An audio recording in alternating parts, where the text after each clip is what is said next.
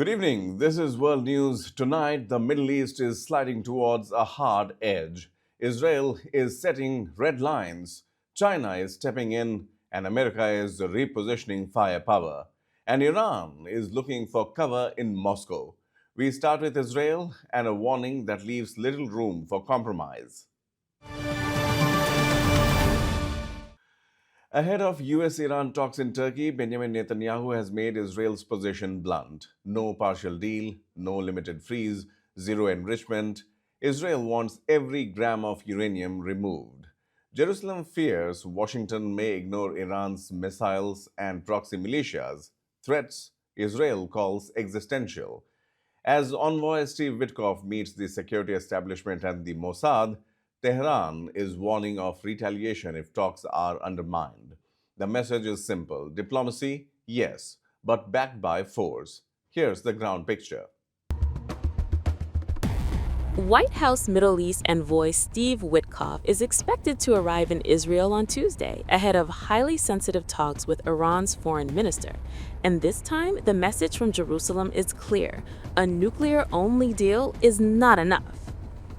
Witkoff will meet Prime Minister Benjamin Netanyahu, IDF Chief of Staff Lieutenant General Eyal Zamir, and Mossad Director David Barnea, Israel's top political, military, and intelligence leadership. The goal?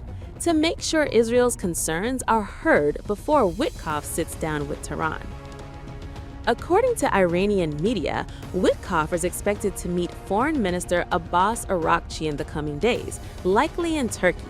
Ahead of that meeting, the U.S. envoy wants to understand what Israel considers a good deal with Iran and what it absolutely will not accept. On the nuclear issue, Israel's position hasn't changed. Officials are demanding zero uranium enrichment and the complete removal of enriched uranium from Iranian territory. But that's only part of the story. Israel's bigger fear is what might be left out of a deal. Israeli officials worry Washington could settle for a narrow agreement focused only on nuclear facilities, while sidelining two issues Israel views as existential threats: Iran's ballistic missile program and its support for proxy forces across the region.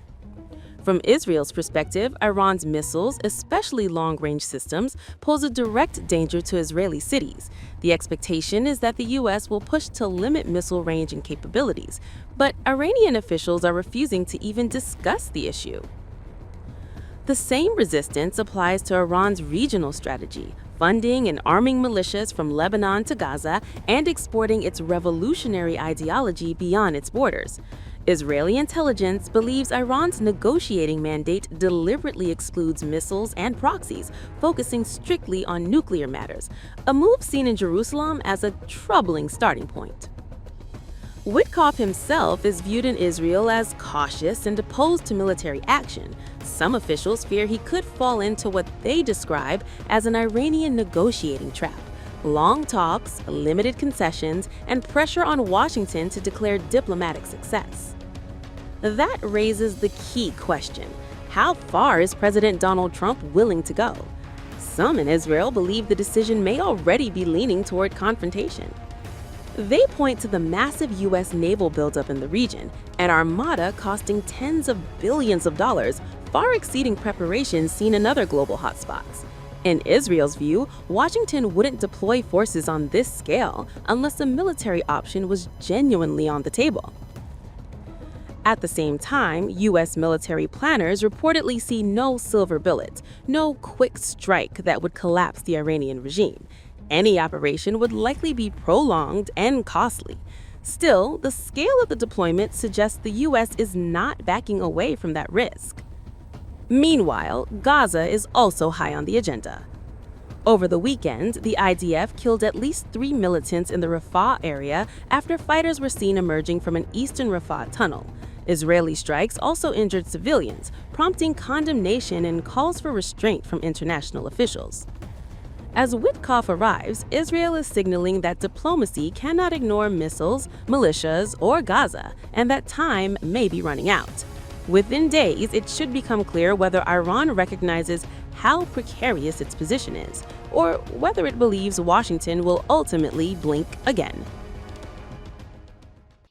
As unrest and sanctions batter Iran, China is quietly stepping closer. During recent protests, reports say Beijing helped Tehran enforce a nationwide communications blackout.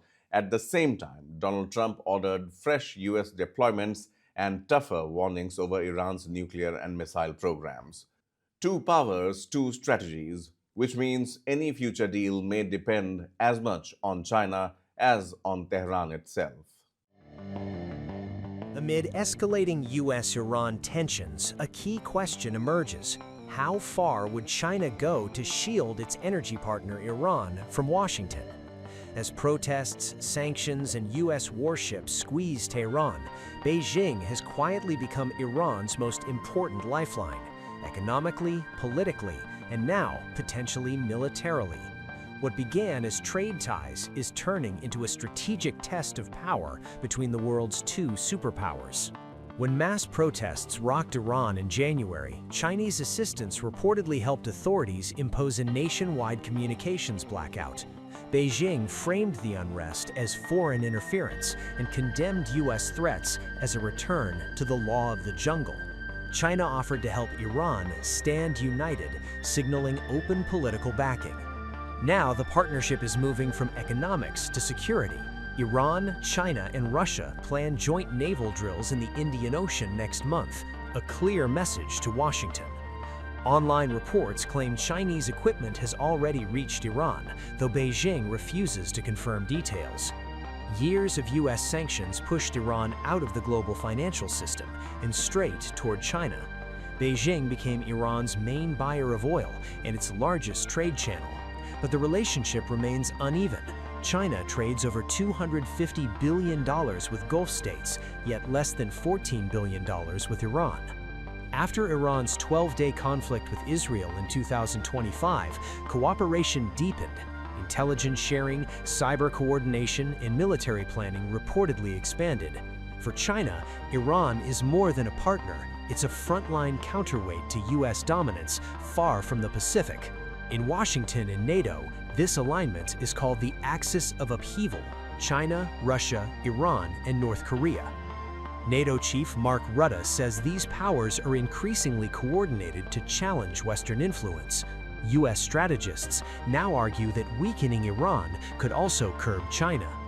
Reports say 16 Chinese military transports landed in Iran within 56 hours, an unprecedented airlift. At the same time, the U.S. is surging forces: F-15E strike jets to Jordan, missile defenses to the Gulf, and the USS Abraham Lincoln moving toward the region. This is no longer just about Iran, it's about control of the Middle East. China and Russia are now openly warning President Trump. After talks in Beijing, both vowed to defend true multilateralism and oppose unilateral force. Their message is blunt: an attack on Iran would shatter global stability. Yet China moves carefully. It won't sacrifice trade with Saudi Arabia or the UAE for Tehran. Beijing prefers diplomacy, sanctions relief, and a nuclear compromise, not a direct clash with the US. So how far will China go? Economic rescue? Yes. Diplomatic cover? Certainly. Limited military help? Likely. But direct war with America? Beijing wants to avoid that at all costs. Iran has become the battlefield of influence, where China tests how far it can challenge Washington without firing a single shot. The U.S. has repositioned the USS Abraham Lincoln strike group to the Gulf of Aden, farther from Iran's coast but still within striking range. It's not a retreat, it's calibrated deterrence. At the same time, Chinese surveillance ships and satellites are tracking every move. It's a message of warfare.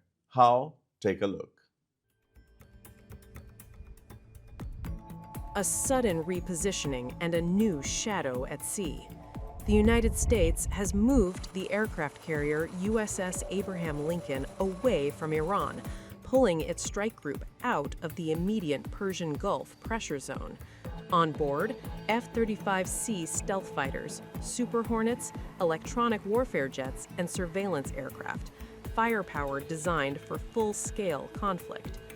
Regional monitors say the carrier group is now in the Gulf of Aden, nearly 1,400 kilometers from Iran's Chabahar port. Officially, the move is described as routine rotation. Strategically, it looks like a step back from the brink. But as the American warship shifts, a Chinese vessel has appeared nearby. Multiple reports say Beijing has deployed a scientific research ship close to the U.S. strike group in the Arabian Sea. Analysts warn the label is misleading. This ship has dual-use intelligence capabilities. Tracking data identifies the vessel as Daiyang-e-Ha, active across the Indian Ocean since late 2025. Its equipment includes seabed mapping systems and underwater signal interception tools, technology ideal for monitoring submarines and carrier movements. What Beijing calls research, militaries call surveillance. Meanwhile, intelligence agencies report a steady flow of Chinese components to Iran: missile precursors, drone parts, propulsion materials. Unverified accounts describe a surge of Chinese cargo flights into Tehran, possibly the largest airlift in years. Support that stays just below the threshold of open alliance. The naval chess game unfolds as Iran orders nuclear talks with the United States. President Pezeshkian has approved negotiations, and Trump says he hopes for a deal, even after Khamenei warned any U.S. attack would ignite a regional war. The carrier's pullback fits that diplomatic opening. Tensions exploded after Iran's winter protests and a brutal crackdown that drew U.S. threats. Tehran called the unrest a foreign plot by America and Israel. Washington called it repression of a people. Now, diplomacy competes with deterrence, while China watches every move. One carrier moves away, one Chinese ship moves in. Whether this is the start of de-escalation or the opening scene of a wider power struggle depends on talks that have only just begun. In the Arabian Sea, diplomacy and espionage now sail side by side. According to the New York Times, a confidential message from Ali Khamenei has reached Vladimir Putin. Iran may transfer enriched uranium to Russia, a replay of 2015 formula in exchange for sanctions relief. In short, Tehran wants an off-ramp, but trusting Moscow as a guarantor won't be easy for Washington. Find out why.